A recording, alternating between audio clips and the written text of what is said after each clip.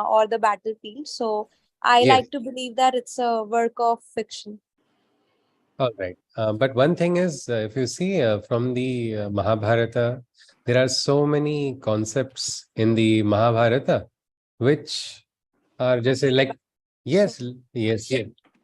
it's a fiction. All right. I think it is time. But one thing is, if you see from the Mahabharata, there are Just so one many second, Jay. concepts in the Mahabharata which are just like, yes, there's an echo going on. Hold on, please. I'll just try to resolve it. Yes, Hari Om.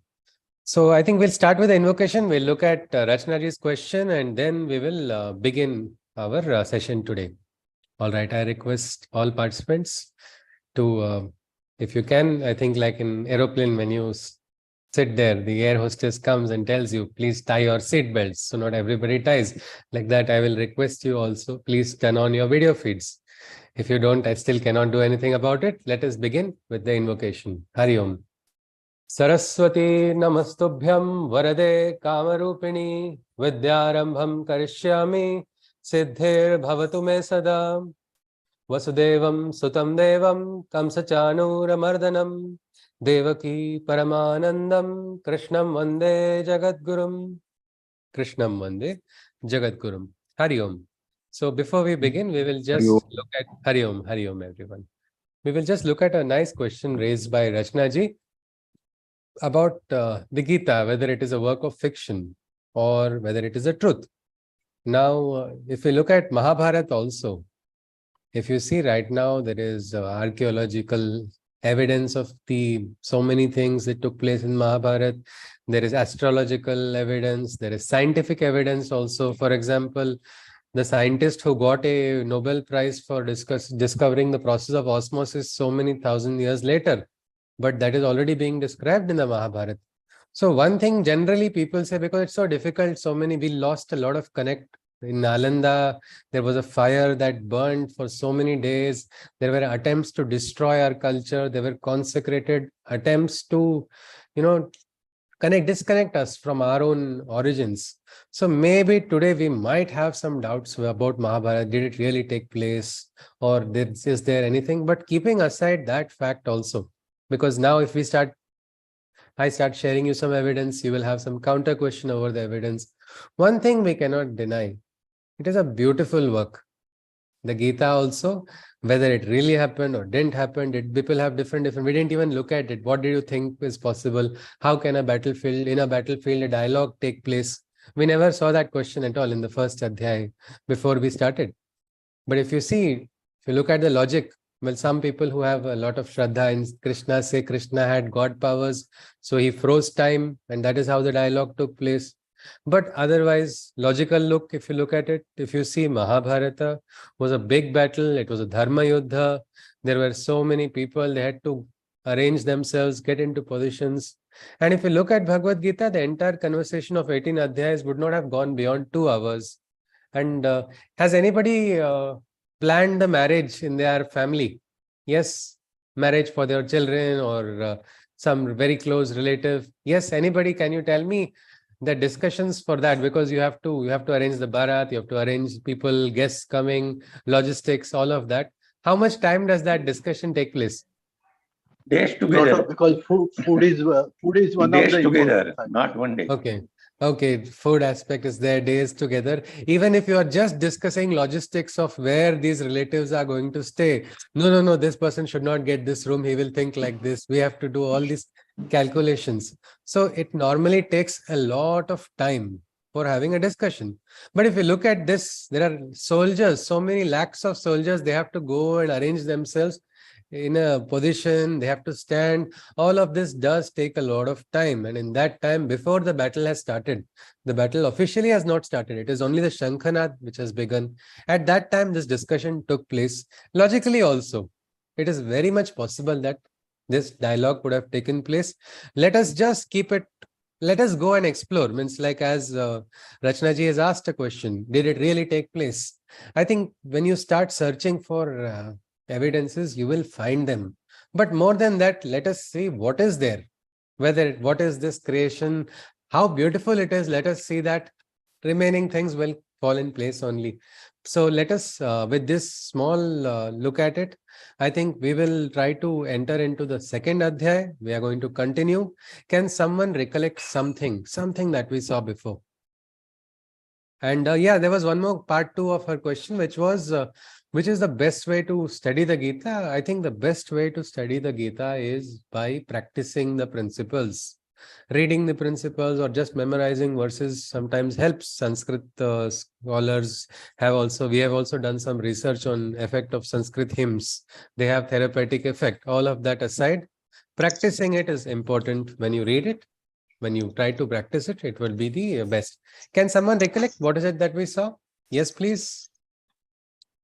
Anything. So we can continue. Ultimately, Arjuna requests Yeah. Yes, Ji. Krishna, please Ji. guide me Huh. in this situation. I am not able to take the decision. Yes, that was absolutely. He is asking for the shreyas, Yes, yes. not the praise. So that he knows what is right, I want to know. That aspect is good in Krishna and Arjuna. He is somebody, we can say, a good, he wants something right. He wants the best value of the advice which he is going to receive also. So he says, Ya karpanya dosho pahata svabhavaha prachhami tvam dharma sammudha chetah yat shreya syana nishchitam bruhi tanme shishyasteham shadhimam tvam prapannam. O Prapanna, O great one, who is endowed with a lot of knowledge and talent, I am surrendering to you. Show me the way. I am afraid. I am confused. I don't know what is the right way forward. Please show me the way. My question is, asking for help, does that make a person weak? Does that make a person inferior? No, Not at no. all. Not at all. Not at all. Okay, so that is one point we have all understood it. If somebody like Arjuna is supposed to be like, if you look at the symbolism behind Bhagavad Gita, it is a dialogue between Nara and Narayana, between the best representative of man and direct God. This dialogue is taking place. So Arjuna is the example of a human being, and human being is flawed. Human being is incomplete until he gets the grace of the divine. Arjuna is now lacking that grace. He is at least understood he is in trouble. He is in really bad situation. So that is one truth Arjuna has realized, and he has asked help. So this lesson, first chapter, is when you don't know something, when you are not sure, when you are frustrated, you feel like you are in a corner, you don't see light, don't keep yourself alone. Stop, playing inside of your head, your thoughts only. They say demons in the head. Has anybody heard this word? Demons in the head. Yes. So they keep troubling, and then it becomes like an echo chamber. Your own thoughts, your own words will keep telling you. All these times, it is something you need to just put that aside. Don't give too much importance to your emotions only right now. Go to somebody. Whom can you go to? A close friend, an elder, somebody you trust, or a teacher also. But in Arjuna's case, he's very lucky. His dear friend is also an elder also, and is also his teacher also, and he's his charioteer, and he's just with him. So he turns. But Krishna doesn't begin until Arjuna is ready. Now is where Krishna is actually going to start. But one more thing we saw is Arjuna talked a lot of things as if his logic was very good. If you look at his logic, he tried to justify, and he even had suicidal thoughts, isn't it? The last part where he said, let me die, everybody will be happy. It is okay, I will get some glory. Would he get any glory with such kind of thoughts? Not at all, not at all. But you see, the mind plays games. So never, when you are emotional, most of the time, don't take any decision when you are emotional. Let the emotions subside, because it's most likely going to be a wrong decision. So that is one important lesson. With this, we are ready. Let us see. We go into the second adhyaya, the 9th shloka of the second adhyaya. Sanjaya Uvacha. एवं उक्त्वा ऋषिकेशं गुडाकेशः परन्तप न योत्स्य इति गोविन्दम् उक्त्वा तुष्णीं बभूवः. Sanjay said to Arjuna the mighty, who had even mastered sleep. You see, Arjuna had one more title called Gudakesha. Somebody who had done enough sadhana that I want to keep progressing and not waste a minute. So he would not sleep also. He was that alert and conscious at all times. To he who was unstable and in darkness deep, O king, to him Sri Krishna then spoke, the warrior within Arjuna he sought to provoke. So Krishna is trying to awaken that warrior who is suddenly lost it. He has lost his direction right now. A champion has lost his direction. So just 1 second. Hariom. Yes. So Sanjay is replying to Dhritarashtra. Somebody who was already a master is now afraid and he is now seeking the counsel, and Krishna is going to speak. Tam uvacha Rishikeshaha prahasanniva bharata senayoru bhayor madhye vishidantam midam vachaha. Yesterday we saw one question, what if you are in Krishna's place? I think we got different reactions, isn't it? Everybody gave different. I would try, depending on their swabhava. Some said that I will politely tell him this is not right. Some said I'll get angry. I told I would have only tried to hit him on his head and put some sense. But look at Krishna. He uses the word prahasanniva bharata, meaning Krishna is finding something to smile, even when he is best warrior. Everything is dependent on Arjuna right now. If Arjuna flees, so many other kings would also flee. Everybody, it would just destroy the morale of the Pandavan side. Krishna has probably taken confidence that Arjuna will take part in the battle, given his Narayani Sena, become the charioteer. But now Arjuna is last minute, what they say, backstabbing. That's what Arjuna has done. And yet Krishna is calm and peaceful. There's a slight smile on his face. Let us see what Krishna speaks. To him, the divine Krishna thus exclaimed, standing in the middle of the warfield, he proclaimed in a voice laced with a mild tinge of laughter between both armies. He spoke in this manner. Krishna is not disturbed or frustrated, even if the situation looks bad. Let us see. Shri Bhagavan Uvacha. The words of Krishna. The first words we see after the first adhyaya is one small word that these are your opponents. Now we see Krishna speaking. And now is the real beginning of the Bhagavad Gita. The real beginning starts here. Shri Bhagavan Uvacha. Ashocha nanvashocha stvam pragnya vadanscha bhashase gatasuna gatasuncha nanushochanti panditaha. The voice of Krishna. You weep for whom tears shouldn't be shed, yet you speak the language of the enlightened. Over those who are or who are going to be dead, one mustn't grieve.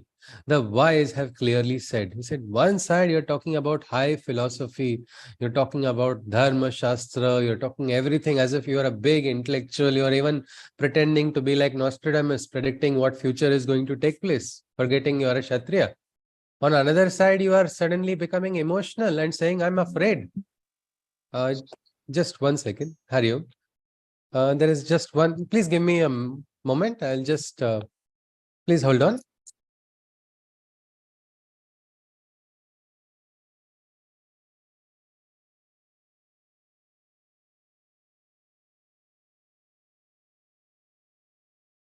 Yes, Hariom. So one side, Krishna is telling him, on one side, you are weeping, you're having tears, you're having emotions right now which are so uncontrollable. On another side, you're talking about Trailokya Rajyam, you're talking about becoming the victor of all three worlds. One thing is the truth. Death is a truth. Wise understand that when somebody is going to die. Can tears change that fact? We may love someone. We may want people to live for very long life. But can we change this truth of life by tears alone? Are they that powerful that they can just change everything? No. That's what Krishna is saying. And then he suddenly adds something. He says, Natve vaham jatunasam natvam neme janadhipaha nachaivam na bhavishyamaha sarve vayamataha param. There was never a time when I existed not, neither a time when you nor these kings were not. In the future too, such a time the world won't see. when every single one of us will not be. What do you think is the meaning of this? Krishna is saying there was never a time when I was not there. Never will there be a time when you or these kings also will not exist. Future also, this is the truth, is what he's saying. There will never be a time when all of us are not going to exist. Anybody? Not existing bodily. Bodily, we are not existing. Am I right? Bodily, we are not existing. Okay, Badrinaranji has told something interesting. Okay. Because the Atma is permanent and bodies are Okay. temporary. We are only changing bodies. Okay, he's talking about Atman. But sometimes Maybe it looks different yes. janma. Different Okay. janma. Okay, he's talking about different janma. My Guruji Damleji, when he was very young, he had read Yog Vashishta. And there was a dialogue taking place between Sri Rama and the great Rishi, where the Rishi tells him, "Oh Sri Rama, you are not there. I am also not there. The dialogue between you and me is also not taking place." Damleji got irritated. He closed his book and he said, "Enough of this. What is the use of this book when I am not there, you are not there?" So that was in his younger age. And then he said, later on, I understood the real meaning of what that was. So here, if you look at the context, he's talking about something which is eternal. We know our body is made of limitations. We have our physical limitations, mental limitations, emotional, they're already there only. So this fact, Krishna is talking about something, and he's talking about something that is eternal. He goes on further. Next shloka, he says, Dehinosmin yatha dehe, kaumaram yauvanam jara, tatha dehantara praptir, dhirastatra namuhyati. Just as your soul, when in this body silently resides, childhood, youth, and old age, it consensually abides. After leaving this body, another one it requires. The wise grieve not, knowing that the soul never expires. So Krishna is talking about what is the Atman. There is something inside. We don't know whether this Atman is there, whether Arjuna is believing all of this. Right now, Arjuna is in a bad situation. He wants to run away from the battle, and he's having too much of emotions which are troubling him at this moment. He feels, I just want everything to end. Enough of it. Enough of all of this. But Krishna is suddenly introducing a concept. Whether or not Arjuna is going to buy this concept, let us see. But he's talking about the Atman. He's telling there is the Atman inside, which is silently residing. Our body goes through this Kaumaram Yauvanam Jara. Everybody is born as a child. Then they grow into youths. Then they go through old age. And then finally death comes. So this is a fact, isn't it? But now, as can what our parent, all of us, we are adults right now, but we were kids once upon a time. Our life experience was completely different when we were kids. Where did our childhood go? Can we say our childhood died? Or is it inside of us? It is inside of us, isn't it? It is something like there. I have seen people who are 80 and 90 also, and yet their heart is like that of a 14-year-old. Means they have the maturity of all that age which has come, but that youthfulness is very much inside. So our childhood is there as long as we preserve it inside. But it is not, it is there, it's a part of life. So our Atman is there, which is passing through all of this without changing. But on the outside, we are going through changes. This is the truth. And Krishna is saying, this Atman changes bodies also. He's introducing one concept. Ashaji wants to ask something? Is it I just wanted to say there's a saying that the heart remains young. Only your body, everything is old, but there is a dil to bacha hai. Dil to bacha hai, absolutely. Yeah, don't mind having a chocolate or something, but nobody thinks they're old, so they may not be appreciating. But there is a, here normally they say you are young at heart, most of the people. Yes, absolutely. Yes, see. And I have seen 20-year-olds who are more old than 90-year-olds also.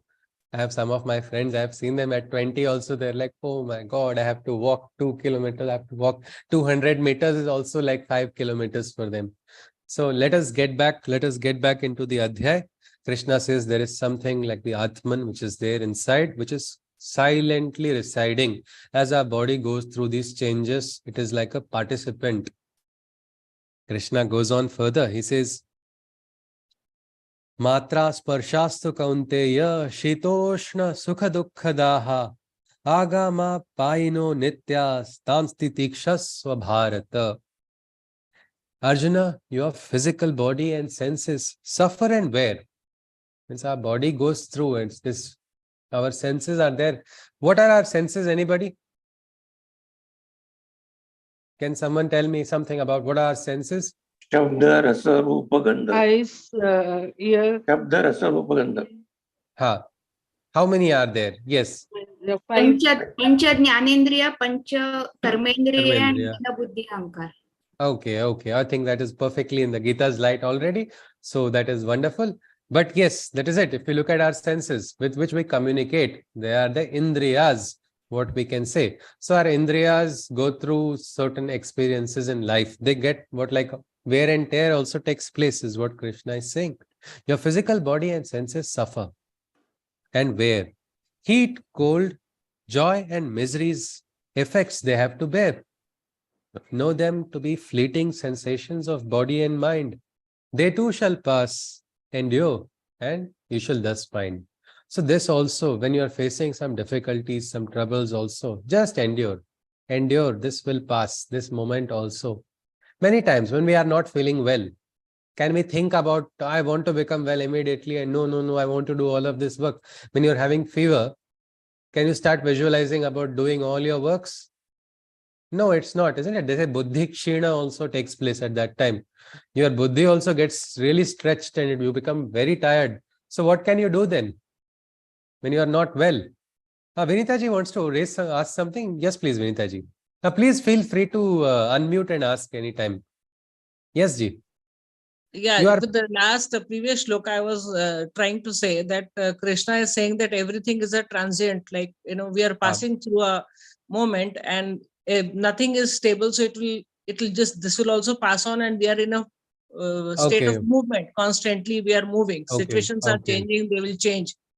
Okay, all right, Vinita. That's also a very nice point because yes, what is important to us today may not be very important to us tomorrow. If you see 10 years back, absolutely different priorities were there at that time.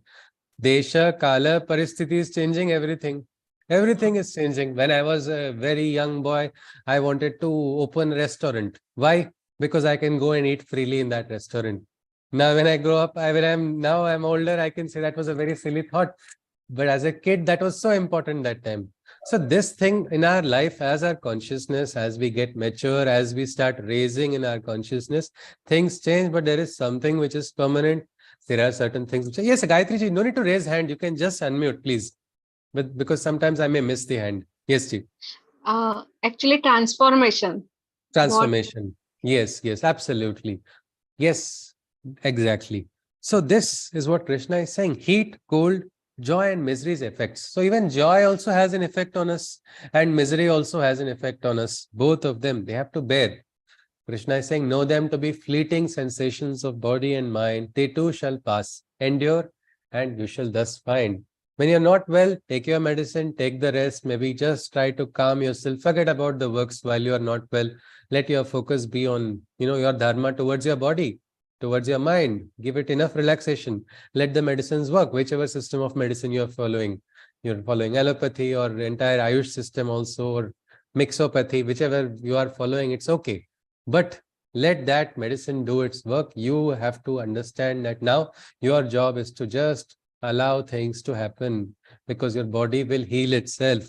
That is an important thing. Endure when moments come against your wish. Moments happen against your will also because things are transitional. They are transitory.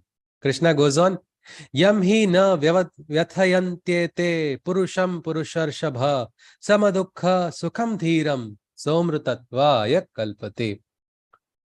The realization has never been easier. Krishna is directly in the very second adhyaya talking about the highest realization. He says in this shloka, such people are worthy of getting the highest realization. Somrutatva. They can taste what is soma or the elixir of amrutatva. What is that? Let us see. Who by these sensations are not imbalanced or affected, who in happiness and pain remain poised and unaffected. O Arjuna, only such men with the strongest foundation are deep enough to attain the liberation. So those who are remaining balanced, later on we will see in the Gita, Samatvam Yoga Uchyate. Yoga is having that balance, keeping that at good times, bad times. People criticize you, you don't feel disturbed because somebody called you something. And just because somebody praise you and say you are the wisest person in the world, you shouldn't immediately go into the sky thinking you are wise, because tomorrow gravity will start functioning. Fall from there is even more powerful, more painful as well. So here Krishna is saying somebody who is not getting disturbed, remaining balanced, unaffected in happiness and pain, who's remaining poised and unaffected. Such men who are able to have, they are needing a strong foundation to become so calm. Only they can attain liberation. Arjuna right now is seeing unfavorable things, so he is disturbed by the unfavorable outer situation, and that has directly affected his inner situation. But my question is, it's all right. I don't want to feel pain, so I will get detached from pain. But what about happiness? Krishna is saying, even in happiness, you have to maintain balance. Is he just going to take away our good moments in life? What is the logic behind keeping balance in happiness? Anybody? Should we not enjoy? They say, youngsters keep saying YOLO, you live only once. So why not? Why? Your happiness, you should just enjoy continuously. But what is the meaning of having a balance? Anybody? One should not overjoyed. One should not get dampened due to the pain he is getting or he's going through. He should be patient enough because Yes. things get changed. Okay. All right, Gayatri. That is true, because if you see, I think children, very young children, especially when their birthdays are there, it's like they have springs when they see the cake. There are springs under their feet, jumping around with big happiness, but it's a little bit uncontrolled happiness. And then one hand hits the same cake which they are celebrating for. That cake falls down. The big smiley then becomes the upside down one, the crying one only. Or if you look at, there are videos which go viral of athletes already celebrating before winning. It has happened to the Olympic athletes also. Just last minute, it's like they're already imagining, visualizing that they have won the event, and then they start celebrating. And in that excitement, they lose that moment. It is something like that. When you're getting a beautiful dish, enjoy that dish. Each and every morsel, you can enjoy the taste and rasa of it instead of gobbling it in a hurry. Children eat their favorite dishes and then they get disappointed when the plate gets empty, because they ate it in such a hurry that they couldn't enjoy it. So happiness also, we must learn how to experience the rasa. Krishna is the best teacher who will tell us to experience the rasa of life. Asha ji wants to add something? Yes, ji. Yeah, I just want to say that if you go overboard when you are very happy, if something, even a small fall, the impact will be too much. So if you have a Absolutely. balanced look at life, it will be Yes, yes. always good. In everything in Yes. life, we should have a balance. That's all. Absolutely, absolutely, Ashay. That is what Krishna is talking about. Somebody who's able to maintain it in practice, because it's very difficult. Normally, good things happen, we become happy, bad things happen, we become sad. And it's like a sine wave. In physics, we have it, isn't it? There is one is a DC wave, which is stable. That's a yogi. But there's an alternating current, which keeps happiness, sorrow, something like that. I had a friend who was so worried when he was happy that now something bad is going to happen and I am going to become sad. So even in happy moments, he was already feeling bad about becoming unhappy, because his life was like that only. So that is because you are attaching it to the outer circumstances. But the wise ones, they're able to take one step inside. And that's why they're able to get a realization, is what Krishna is saying. Let us continue. Yes, anybody wants to share something, you please unmute. Otherwise, after that, please ensure that it is muted. Yes, please. So Krishna goes on. Nasate vidyate bhavo, na bhavo vidyate sataha, ubayoropi drushtontas tva anayos tattva darshibhi. Falsehood is that which holds no authority, and truth is omnipresent in every territory. The essence of both have been shown by the wisest of seers, to whom it was known. I think we've all heard of this. Satyam eva jayate. Why is this motto so important? Because truth ultimately triumphs. That is an ancient Satya which has always been there. The sun can be hidden by the clouds, but the sun cannot permanently disappear. The light of the sun will burst through no matter how dark clouds are there, how many dark clouds or how dense they are. When the time comes, the time of the truth is always there. So is what Krishna is saying. Falsehood is not having an authority. Falsehood has a very limited span, but truth has always And it is something which is the highest, is what Krishna is saying.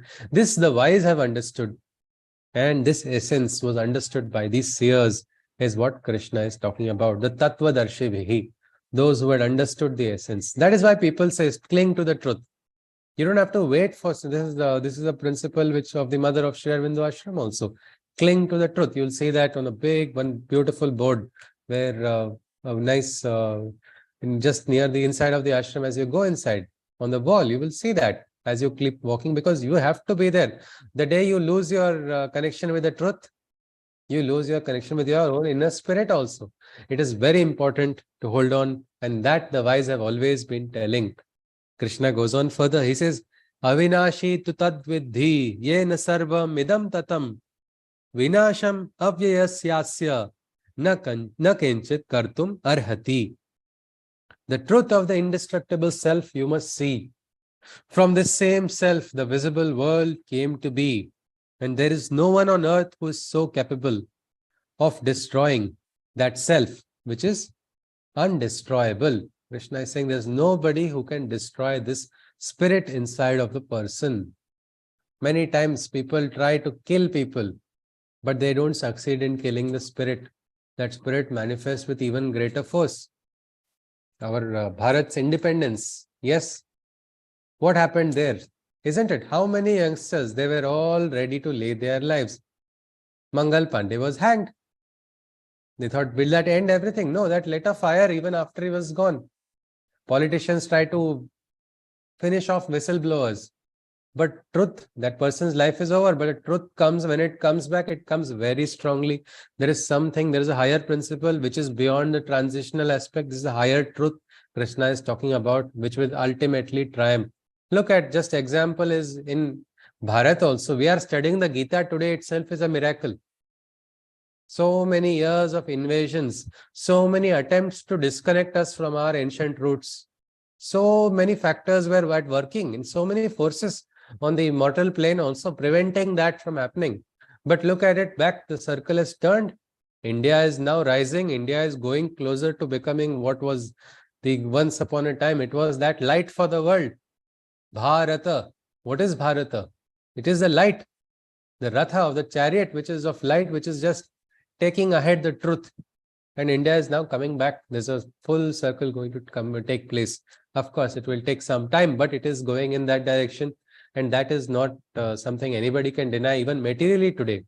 So this is the power of truth, which is something which is beyond what we understand, the limitations of matter as well. Krishna goes on. Antavanta ime deha nityasyokta sharirinaha anashi no aprameyasya tasmad yuddhasva bharata. Krishna is trying to provoke Arjuna. Get up, yuddhasva bharata. Rise, Arjuna. Throw away this disturbance inside of you. Throw away this depression. Throw away this sorrow. Remember, you are the warrior, the champion. Let that hero rise. Krishna is saying the same thing. He says, the physical body is untrue and perishes. This has been known without doubt over the ages. It's proven mortality. Why do you question? Brace yourself to fight, O Bharat's son. So, death is not a new news, isn't it? It's not something sudden for Arjuna. He's participated in battles before. What happens in battle? Ultimately, it is a place where people are going to die. And it is never, everybody has heard of death, isn't it? It is not something like nobody has heard of death at all, and suddenly someone is telling it's. Arjuna is expected to understand that this is a truth. This is the truth of life. People fight in battles. This is the truth of war also, isn't it? Death is one very big truth in war also. One cannot just escape from that. So Krishna is saying, why do you suddenly question about all of this? The body is mortal. We have known that already for ages, from centuries. Then why do you suddenly question this? Oh Bharat's son, oh son of Bharat, why are you suddenly questioning everything when you're supposed to be doing your duty right now? He goes on further. Ya enam vetti hantaram yaschainam manyate hatam ubhautau na vijani to nayam hanti na hanyate. Those who think that they kill this self, or those who think that the self is dead, are both in their ignorance only misled. as the self is neither the killer nor the killed. What could be the meaning of this? Sometimes people use a strategy. If you can't convince them, confuse them. So is Krishna trying to confuse Arjuna, or is he speaking some higher Tattva Darshan here? What is he saying here? He's saying that those who think that they have killed the self, or those who think that the self has died, they are just in ignorance. They are misled by their ignorance, because self is beyond this killer and being killed. Anybody, what is this self? Atman is Avinashi. You cannot Okay. destroy it, or it cannot be it don't take rebirth. Okay. Okay. Atman is something, it is some essence which cannot be cut. It is eternal in its own self. That's what he's talking about. Those who think that they kill the self, they are wrong. They're killing the body, but not the self. Deepaliji wants to add something? Yes, Deepaliji. Is it? No. All right. So this is a truth, but people don't realize, and that is what is the problem. But how many of you agree that there is Atman, or how many of you say, I don't like the concept of Atman at all? Yes? Or is everybody on the same page about Atman? Because I don't see an Atman, so I don't believe it exists. That is also a possibility. Yes. Dineshji, is it? Yeah, so Yeah. even if someone doesn't agree with Atman, so there is a way to explain that the person may die, but ideas and consciousness that remains, Yes, yes. that lives through ages. Okay. Yes, yes, Dineshji, absolutely. And this spirit is something. Yes, Ashaji wants to add something. Yes. I just wanted to add that only in, I think, Hinduism, maybe Buddhism, you believe in Dharma and rebirth. Yes, there They are have this quite a number of rebirth. traditions. Yes, number of traditions have this reincarnation aspect. Absolutely, Ashaji. So this is there. But now, many times people have this question about Atman. But this next shloka is very similar to something which we have learnt in school in physics. Let us see this shloka, the 20th one. Na jayate mriyate va kadachin nayam bhutva bhavita va na bhuyah ajo nitya shashvato yam purano na hanyate hanyamane sharire. Neither is the self born, nor is it killed. Neither is it created, nor will it ever be destroyed.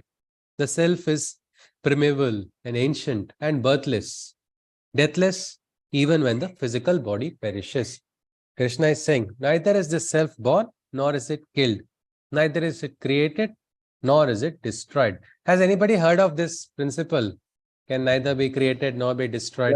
Yeah. Law of Energy conservation of cannot be Energy, created, energy. neither be destroyed. Energy. Yes. Do we religiously believe this? Do we religiously believe this principle of physics? Yes. But we have verified it Because also, isn't it? Energy can be transformed from one to the another, but it All cannot right. be created nor can it be destroyed. Absolutely, Badrinaranji. Yes. So this principle of energy, it is a well-known principle. It's a material science principle only that we understand. Energy can be transformed. Somebody wants to add something. Kulkarniji, do you want to add something? No, it's only Sure. energy. I'm sorry, I just unmuted you by mistake. Kulkarniji? Ji, sir. Please unmute if you can. It's only energy, nothing else. Okay. Energy. So, I okay. have a question. Okay, Rachnaji. Yeah. Can you give a practical example of this this principle, like in our daily lives, energy being transformed from one form to another? Energy being I mean, transformed. Yeah. we've seen the physics experiments and all, but spiritually, if we could connect this. That you will have to have a practical which is going beyond life, isn't it? We are talking about in life. We have seen energy getting transformed when we see our loved ones. We suddenly feel one energy inside of us, isn't it? Or if you see children, the energy inside children is breaking law of conservation. Parents are very disturbed because both husband and wife, they eat so much food and they get exhausted by the end of the day. But their child is jumping even till the end of the day with a little bit of food. So this principle of energy in terms of Atman, we cannot fully exactly correlate to it because Atman is something which is beyond even physics. Trying to bring a logic, we may be able to bring a logic to some extent, but it will not fully justify, because later on it will come, I think, Rachna ji. So we'll just, this also is a question which is good one, but I think we'll have to keep it for a while, because some principles are going to go beyond our logic also. So what is beyond logic? We'll have to go further. Krishna is going to take us there, definitely. Yes, see. So let us continue further. Can we say the genes will be carried, even the person dies? Yes. But what I'm saying is, let us not go too much into the logic at this moment, Madhaviji, because later on we will see certain things which are going to be supralogical also, and we will be able to understand how to understand it. Right now, we can be very safely assuming that Arjuna is not really buying all of what Krishna is saying. He is going to question Krishna. So let us just go on further. Let us go back into the Gita.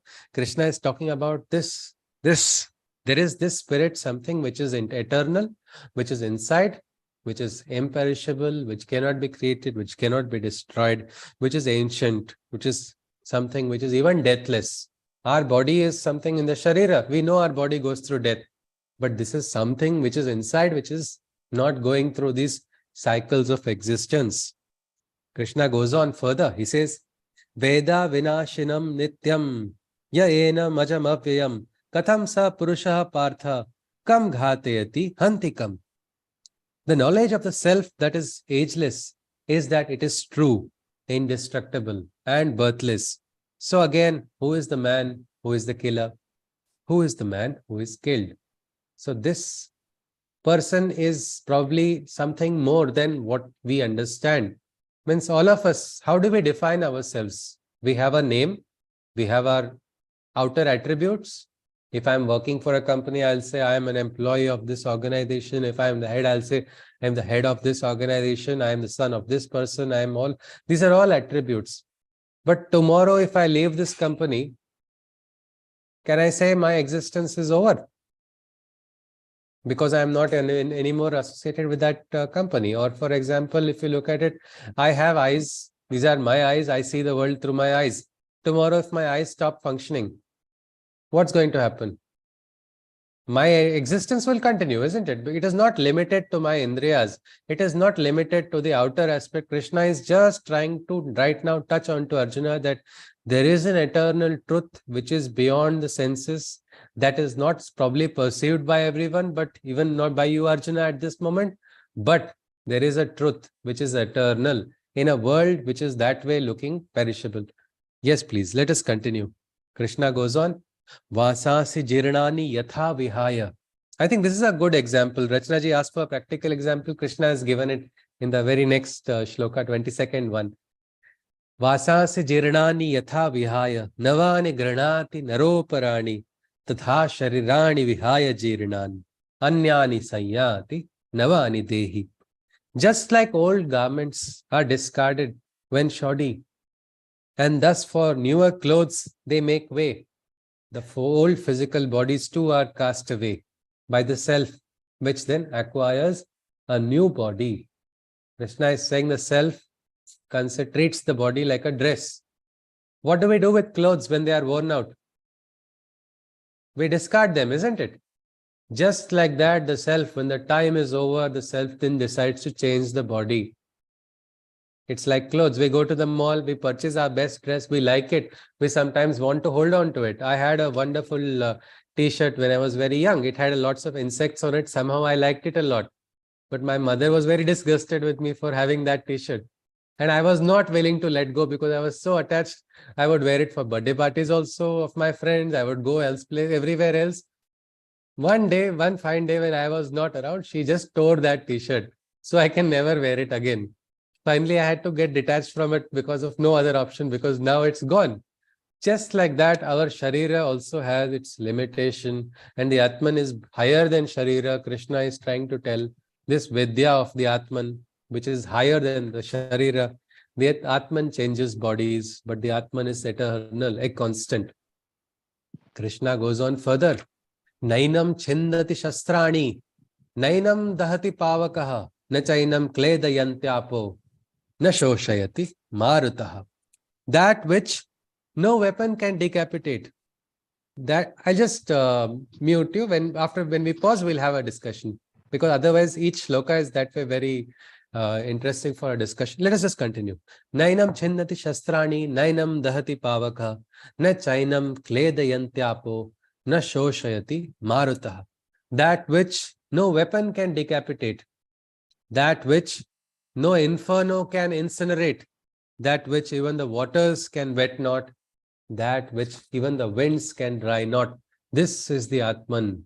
The Atman is so powerful that it cannot be cut by weapons, it cannot be burnt by fire, it cannot be even wetted by water, it cannot be dried by the winds. He goes on further. Achedyoyam adahyoyam akledyo shoshya evacha nityaha sarvagatah sthanur achaloyam sanatanaha. This is Sanatan, is what Krishna is saying.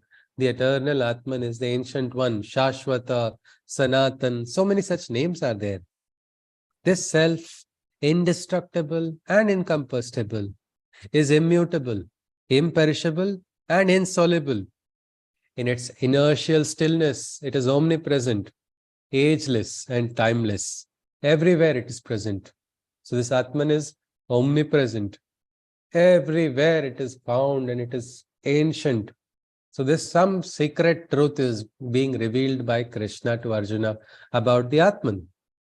But right now Arjuna is not really very concerned about the Atman. He is more concerned about escaping the battlefield. So how much of this is going to relate? Because right now we are in a very different situation from Arjuna. Because we are in the comforts of our home. Maybe we have air conditioning on, we've had our food, we are able to relax and sit here. But Arjuna is in the middle of a battlefield. He has a lot of things at stake. And this time, Krishna has chosen a very, what we can say, awkward time to give Tattvagnan.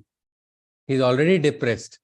When you are upset and somebody comes and gives you anything, any higher knowledge, you are already in no position to take it. But Arjuna is receiving the highest possible knowledge of the Atman. How does it work and what is Krishna's logic behind it? Let us see. He goes on further. He says, Avyaktoyam achintyoyam avikaryoyam uchyate tasmad evam viditvainam na shochitum arhasi. This is going to start. I think when children start crying, when they become over emotional, what do parents say? Big boys don't cry, big girls don't cry. That's the dialogue, isn't it? Well, Krishna is going to keep telling Arjuna this, na shochitum arhasi. No, don't cry, Arjuna. This is not the time for you to weep. This is not the time to give so much importance to your emotions. This is not the time, is what Krishna is going to tell him. He says, this invisible self by the mind cannot be conceived. About the blemishless self, thus is said and perceived. This knowledge of the self you must realize and see. Indeed, how pointless it is for you to lament and grieve. So Krishna is saying this. He says this self, which is invisible, it cannot be conceived by the mind. It's so perfect. It is so immaculate. It is something without a single blemish. It is so beautiful. And he says, you must perceive it. Because this is how it is understood. He says, the knowledge of the self must be realized. And when you realize it, you will see how pointless it is for you to grieve. Now, my one question is, one side Krishna is telling about this, that it is beyond the mind. Another side, he is talking about realizing the self. What is this logic? One side, if you are saying it is beyond the mind, another side is telling you should realize it. Is Krishna confusing? He's perhaps talking about realizing the limitation to which extent mind can perceive. That something is beyond the mind. Absolutely. He's speaking about something which is beyond the mind. Dineshji has added. Somebody would like to add to what Dineshji shared? Yeah, the mind cannot really understand the Atman. It is beyond any, it's got limitation. That means it cannot. Mind has limitations. Okay. Yeah. Okay, Badrinathji has told important thing that mind has limitations. Yes, Vinitaji?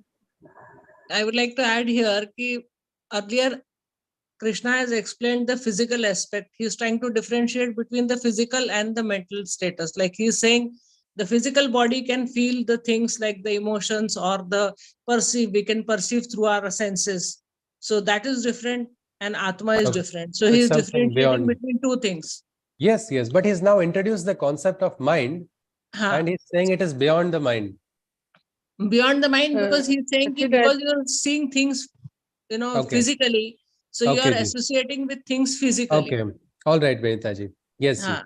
Fine, ji. So Okay. he's trying to tell that everybody has got Atma, and you are also part of that Atma. So you Okay, are all not right. feeling the Atma of that person, but you are, Okay. what is that physical Okay. thing is what is Okay. there. All right, Benita ji. Yes, Asha ji. Yes, ji. I guess it is saying that mind has limitation. Mind cannot, it can be only controlled by ourselves.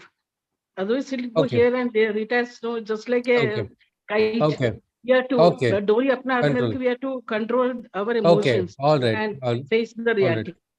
Okay, Asha ji. So, but this is an interesting concept because we have been told mind is limitless. Mind has so much potential. We understand mind to be so great, and we've learned about the mind. But the very start of the Gita is telling us that the mind is having a limitation. There is something beyond the mind.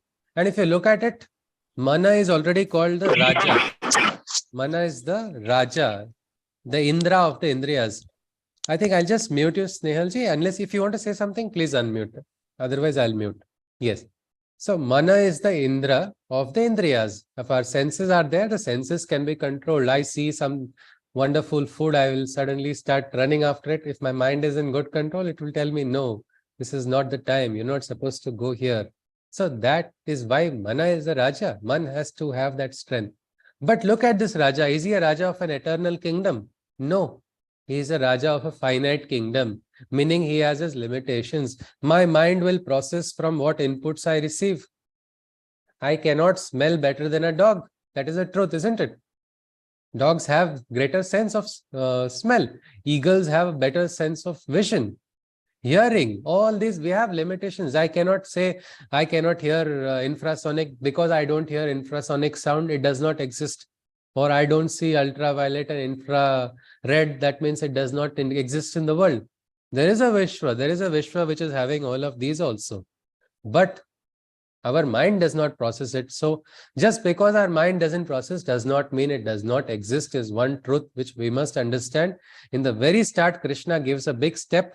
This is very important to realize that our mind is limited, because then only mind can help us to go to a region which is beyond the mind. Mind has to play the role of a springboard. It is what is the kingdom of Brahma Vidya, but let's not go too much into Brahma Vidya right now, because Arjuna is looking for a practical solution. All what Krishna is saying is not really falling into Arjuna's heart right now, because immediately Krishna changes gears. He immediately, like after shifting to metaphysical truth, again comes back to practical in the next shloka. He says, Atha chainam nitya jatam nityam va manyase mrutam tathapi tvam mahabaho naivam shochitum arhasi. Again he says, this is not right. He says, if you think the self is subject to birth, or if you think that it is subject to death, either ways, oh mighty armed warrior, it is not right for you to grieve in this manner. It's like, okay, boss, all right, you don't believe in Atman, fine. Atman is not there. Body is there. As long as body is there, person is alive. When body is now destroyed, the person is dead. You don't believe in Atman. Even in that case, right now, as a warrior, it is not right for you to grieve, even if you don't believe in this Atman's concept, is what Krishna is telling. Arjuna, right now is not the time for you to just get over emotional. A duty is there in front of you. He goes on further. He says, Jatasya hi dhruvo mrityur dhruvam janma mritasya cha tasmadapi riharyerthe natvam shochitum arhasi. Again, natvam shochitum arhasi. Don't cry. Sometimes we must also tell this to ourselves when our emotions get too much. We just remember Krishna's word, or imagine Krishna is telling us only as we become Arjuna. And remember this word, na shochitum arhasi. Don't let your emotions take control of you. Because if they take control of you, your direction will go in the wrong direction. So this is Krishna is trying to give that advice. He tells him, for he who has taken birth, death is certain. Is the truth. I was born, yes, on a particular day. But that does not mean I'm eternal. A death will come to me sometime or the other, no matter I may want to live 100 years. Yes, that even the Upanishads talk about that. One It is like kurvan neveha karmani jijivesha tam samaha. Try to live a full lifespan, full 100 years doing great karma. That should be the aspiration of a sadhak. Yes, but this is a truth. Death is also a truth of life. So Krishna is saying, for he who has taken birth, death is certain. And for he who has died, birth is certain. Death or birth is but an inevitable occasion, situation. It is not proper to bemoan on any occasion. So this is a truth. So don't get overwhelmed is what Krishna is saying. Whether death or birth, these are all things. Sometimes people get disappointed also. There's some of the youngsters don't imagine that they have unexpected pregnancies take place and then they have to raise a child, they become disturbed. But now that is a truth. It has happened and now they have to take care. It's a duty that has to be. Just becoming emotional will not solve anything. Same way, whether it's a birth or whether it is a death, either ways, we shouldn't forget our duties and just get emotional and start moaning on it, because moaning will not change anything. I remember when I came to my teacher first, that was almost 12 years ago. I was just a bundle of emotions. I had read something in Reader's Digest, somebody in Africa somewhere is having so much trouble. So that was troubling me that I did not celebrate my birthday and I was feeling sad about it. My teacher asked me one simple question. If you are crying, can you wipe another person's tears by crying? Yes, anybody? Can you wipe somebody's tears? No. Not at No, all. no. Not at all, isn't it? We feel, what can we do maximum? We can say, chalo, let's join. I'll join your party for crying. We'll all cry together. That's all. And then you have to go. But when you're able to hold on to your emotions, you may feel. It is not like we are not supposed to. Gita is not making anybody heartless. We are learning to control our emotions. That is what Krishna is telling Arjuna. I said, don't let your emotions overwhelm you. That is what his principle is. Krishna goes on further. He says, avyakta dini bhutani vyakta madhyani bharata avyakta nidhananyeva tatraka paridevana. The beginning before the birth is unknown. The middle lifespan of birth alone is known. What happens after death is also unknown. Hence, oh Arjuna, what causes you to mourn? So everything is unknown. Why? Why, Arjuna? Because what do you know? Even in our life, what do we know? We know everything up to this moment only from whatever age, maybe 4 years. Some people have excellent memory. They remember everything from their age of 4. Some people, they say, I don't realize how first 12 years went in life, 15 years, they don't realize. But after a point of time, your life experience, you are conscious of that period only. Before that, there was a world going on. Before you were born also, it is not that the world has come and only you have come into the world. The world has always been there. So Krishna is saying, before your birth also, that point is unknown. While you are living, you are conscious of what you are living. When after your birth, after death also, you don't know what's going to happen. Then how can you? It's like you only know 1/3 of the fact. How can you claim overall knowledge of everything and decide and say, people actually start visualizing what they are going to do. One person already said, I have done enough punya that I am going to enjoy in Swargaloka. I asked him, how are you going to enjoy? What is going to happen? And he was talking about, I will have this wealth, I will have that. Now, this is all what we say, khayali pulao. That is exactly what people cannot, nobody knows really what happens. People take advantage of people's insecurities also. One particular business was actually established for transferring wealth after death.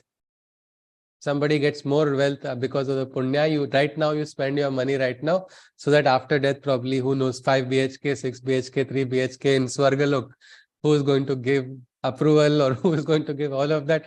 Nobody knows. So Krishna is pointing out to Arjuna, see Arjuna, what happens in life, you only up to that portion you know. You're conscious. I don't know what's going to happen tomorrow. Why tomorrow? I don't know what's going to happen next second. So when everything is not so certain, how can I draw a bad figure of everything, or draw a summary? My life is like this. People go on, my life is the worst life I'm living. Everything bad has happened to me. Most of the time, you will see people who are actually having a bad life are actually smiling in spite of their difficulties, because they know the value of happiness. When people have everything good going on, they don't realize that. And so they try to, bring on sorrow. Look at Arjuna. He has Krishna in front of him. He's not asking Krishna for solution. He's right now wailing to Krishna because his consciousness is not ready for receiving that knowledge. Same thing in our life also happens. So let us remember Arjuna's example, that in spite of Krishna being next to him, he is in depression. That means the reception is not there. So first thing is we should be receptive. At least he did a good thing. Let us, when we are thankful, like I said, if Arjuna was not there, Gita would have not been there. How Arjuna is, we can say he's our Arjuna only. However, he is somebody we love and respect. Let us continue. Krishna goes on. This concept of the self, how is it looked at by people? We will look at this particular concept and stop. Ashcharyavat pashyati kashyadenam. Ashcharyavat vadati tathaiva chanyah. Ashcharyavat chaina manyah shrunoti. Shrutvapyenam vedana chaiva kaschit. Krishna says, how do people, this concept of the self, when this Atman concept is introduced, how do people react? Krishna is describing. He says, some people see the self as surreal. Suddenly they just understand. Young Adi Shankaracharya, he was just asked, who are you? He was probably 11 years old. Such brilliant wisdom, such brilliant realization for a boy at such a young age. That's why people call him like an avatar only. He's so great. He told he was searching, he had gone in search of his guru. He did not know his guru was only standing in front of him when he asked him the question, who are you? And this young boy suddenly starts, Mano buddhya ankara chittani naham, nacha shrotra jive, nacha grana netre. He says, I am not all of these indriyas. Who are you? He goes on, Chidananda rupaha, shivoham, shivoham. He goes on, na me mrityu shanka, na me jati bhedaha, pita naiva me naiva, mata na janma, na bandhur na mitram, gurur naiva shishya. Chidananda Rupa. I'm not having a father, I'm not having a mother, I'm not a guru, I'm not the Shishya also. Who am I? I am that Chidananda Rupa. So that realization of the Swa self, which is not selfish, which is a small s. This is the higher self of the Atman. That is the realization of that. What the yogis talk about Brahma Vidya, Aham Brahmasmi. They get that realization, they get that experience. So some of them actually experience the self. They get a realization of the self. Otherwise, how will such a young boy suddenly, even if it was just a composition, poetic composition also, to make such a poetic composition, how can a young boy's thoughts travel so deep and so far that he says, I am more than what is on the outside. I am something, I am that spirit of bliss and I am Ananda. Shiva is I and I am Shiva. That was his realization. So this is one type of people. Some people see the self as surreal, while some call it surreal and acknowledge. Some use their logic, even mental logic they use and they say, yes, because of these factors I understand. Like one neurologist was telling me, he said, something is there inside of the people which leaves, after which I know I can't revive a patient. A neurologist who was close to retirement, he was telling, I have never understood about the spirit, he said to me. It's always interesting. It's very intriguing and it's fascinating, all these words he was using, because I've seen so many patients in their final moments also. I know there is something, it's not a physical thing which is left. But when that is left, we cannot revive the patient. So they use their logic. Some of them understand. Then they call it, yes, there is the Atman. Some others hear about the self as surreal. For someone, this Shruti is also sufficient. I got it from my Guru. My Guru told me there is Atman, enough. That is enough for me. I don't need any other question. Or it's like when my mother tells me I am your mom, I am your mother. If she tells me that, will I ask her, show me DNA proof, DNA evidence? She might give me one thappad, that's a different factor. But the fact that she is my mother is my lived experience all my life. Even if some other lady were to come and tell me ki, but actually I am your real mother by evidence of genetics, I'll say you were not there for all these years. One who has been with me is my mother. My life experiences taught me this. So some reliable source, somebody whom somebody trusts, from them they hear about the Atman and they understand, yes, there is an Atman. There's a whole new world of the Atman inside of me. They understand that. And then there are others. It falls on this year and goes out of the other year. After hearing of it too, some have no knowledge. They forget it. There's no Atman at all. I don't understand all of this. There's no concept. I am there. The world is there along with me. Everything else does not exist beyond me. That is the realization. So with this, we stop at this shloka. Shloka number 29. Because one more important turn was there here. So we stopped here. Tomorrow onwards, we will see there will be an introduction of what is the Karma Yoga also in this Adhyaya. This is an interesting Adhyaya where Krishna first talks about the Atman and then introduces the concept of Karma Yoga. With this, I will conclude. It is time. So I'll conclude with the Shanti Mantra. Any queries, any questions are most welcome. And today onwards, it will be on a different platform. It is on YouTube. I will just share the link to you, because somehow yesterday's session violated the community standards of bullying, or I don't know what standards have got violated. The video has been deleted. So Hari Om. I'll conclude with the Shanti Mantra. Sarve bhavantu sukhinah, sarve santu niramaya, sarve bhadrani pashyantu, ma kasyat dukkha bhag bhavet. Hari Om Tatsat. Krishna Vande Jagadguru. Hari Om ji. Any queries? Most welcome. Hari Om, sir. Hari Om ji. Hari Om. Hari Om ji. Hari Om ji. Namaste ji. Hari Om. Hari Om. Hari Om ji. Hari Om. Hari Om. Hari Om. Hari Om ji. Namaste ji. Hari Hari Om. Om ji. Hari Om ji. Hari Hari Om, Om. sir. Thank you Hari so Om ji. much. Namaste ji. Hari Om. Hari Om. Hari Om ji. Hari Om. Hari Om. Hari Om. Hari Om. Hari Om. Hi, Any sir. questions? I had asked a question in the beginning, but then my internet was stumbling Okay a ji. bit. So Acha ji. Rachna ji, the question was about, I think we looked at it. What did you hear or what did you not hear? I couldn't get the answer if Gita is a work of fiction or it's the truth. Acha. Okay.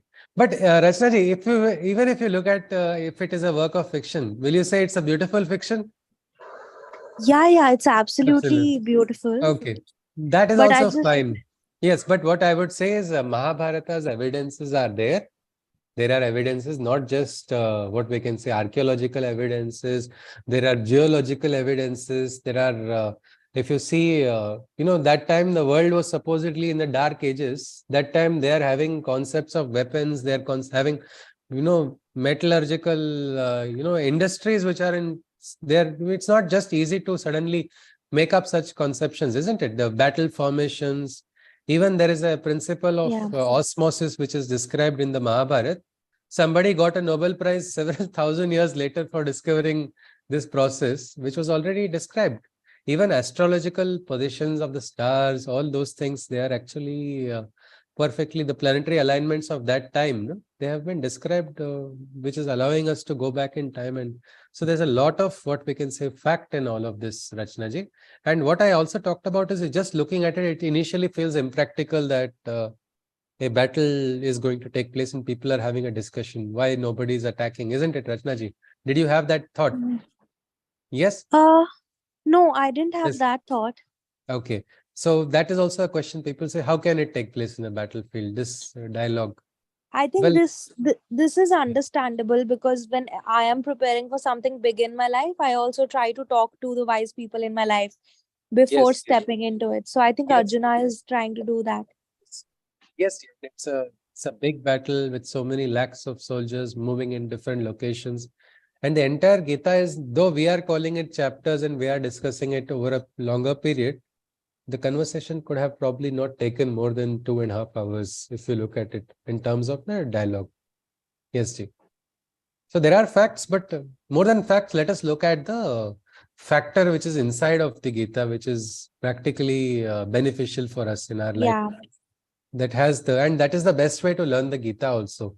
Because at the end of the day, even if I take say 500 or 600 batches also, but if I don't practice a principle of the Gita, then it is going to be completely empty. And in my aspiration is I have identified some shlokas which I want to practice in life.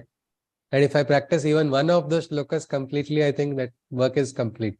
So like that, this Gita is having so much, we can probably best connect it to it by practicing it for me, because I learned it from my teacher who's lived a very difficult life with a lot of hardships and everything. But all the time, standing firm with principles, he and God. His name is also Madhusudana, which is Krishna's name.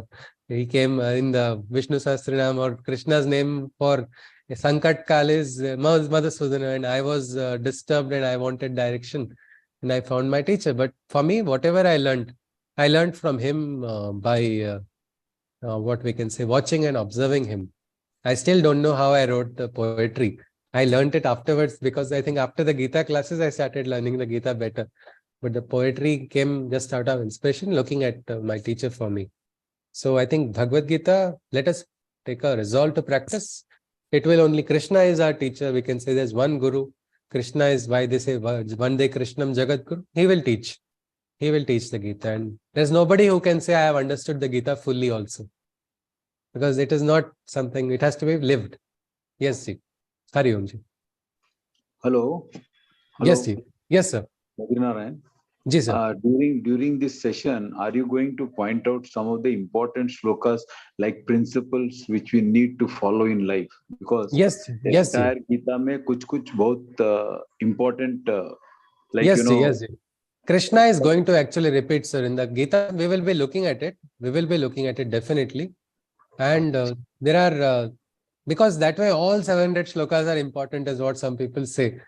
Each shloka, even if you see, there's a book called God Talks, means we fast forward all the characters of the Mahabharata in the first Adhyaya. But in the God Talks, each of this character has been described with a symbolic meaning also. So there is much, and the best part is Krishna is going to, repeat things again and again also. What we see in second Adhyaya will also come in 18th Adhyaya. Okay. Yes, ji, yes, sir. Okay, thank you. Ji, ji. Hari Om, ji. Hari Om. Hari Om. Hari Om. Hari Om. Thank you. Yes, ji. Hari Om. Hari Om. Hari Om. Yes, ji. Yes, ji. I mean, from a different, the Gita normally it gives you a lot of principles on how you deal with things in practical life. Like, for example, I mean, remembering the divine continuously, that's the ultimate. And then you have upholding dharma, doing the right thing, a lot of things which are general principles that the Gita is actually putting forth. But we see a lot of successful, I mean, subjectively you can call them successful because they are excelled in their fields. Like, I'll take a specific example of the metro man, like E. Sridharan, who's supposed to be the father of the metro. So he, in his interview, is very old, very respected person. He, in one of his interviews, said that whenever I have an issue, I take the Bhagavad Gita and I get a solution from that. Now, probably when you go further and further into the Gita, probably I'll understand that better.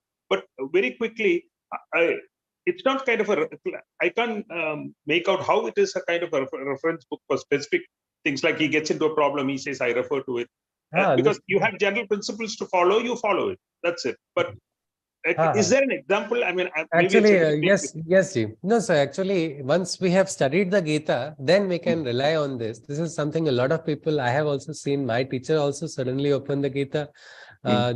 So many saints also, they just say is, go calm, because most of the troubles, first thing is you want to have a calm mind. And open a Gita randomly, any shloka, with a full calm mind. The first shloka that your eyes fall upon, you are likely to find some answer or some meaning.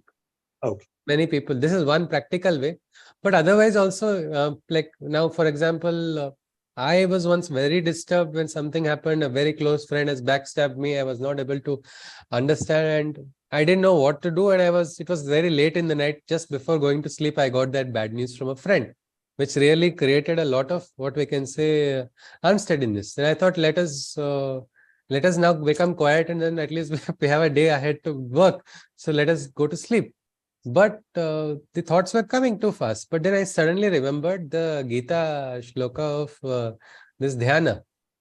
So then that dhyana immediately was one shloka of that adhyaya was just practical, which was talking about controlling breath. So once I started controlling breath, I didn't realize, though it took me half an hour to control my breath because my mind was not balanced. But that shloka was an immediate practical. Means there are shlokas like that. Like if you see first adhyaya, what we saw, if somebody is having wrong thoughts about themselves, or they're thinking I'm useless or everything is horrible, I don't see any truth, at least they can just think of practically, Arey, look, Arjuna asked Krishna, who is Krishna for me? My uncle is Krishna, my mother is Krishna, my father is Krishna, or my best friend, I can trust him. So that first adhyaya is immediately. So that connection is on the individual actually. But as like you said, metro person has lived his life with the principles of selflessly. So they become alive, and these principles become like a kavach for the individuals. Means for me, for me, best thing is Gita keeps pointing out my mistakes. For me, I get happy when I see the Gita, oh, this is which has to be corrected. Vak tapasya, I had made a mistake of talking sharply, truth to somebody once. And then for 3 batches, I kept repenting, thinking I should not have spoken, until finally I did understand. That shloka kept reminding me. So it is up to us what we connect to, but it is definitely very practical, Shivaji. No, that's quite useful, because that tip on dhyana, because backstabbing is a normal thing these days, I guess. So that dhyana, that's exactly what I want to know. How do you apply that, in real life, specific instances? It may be small instances, but still one thing you can actually, if you are able to find out instances, maybe after the session in that delight group, we can actually put one instance, and we can find which shloka, because I think other participants will be able to share more. Yes. Ji. Okay. Hari Om. Yes, Hari Om. Hare Krishna. Hari Om. Jai Shri Krishna. Hari Om. Hari Om. I'll conclude the session today. See you tomorrow, everyone. Shubharatri. Hari Om. Hari Om. Hari Om. Namaste. Yes. No questions, right? I'll conclude the session. Yes, Ji. All right. Hari Om.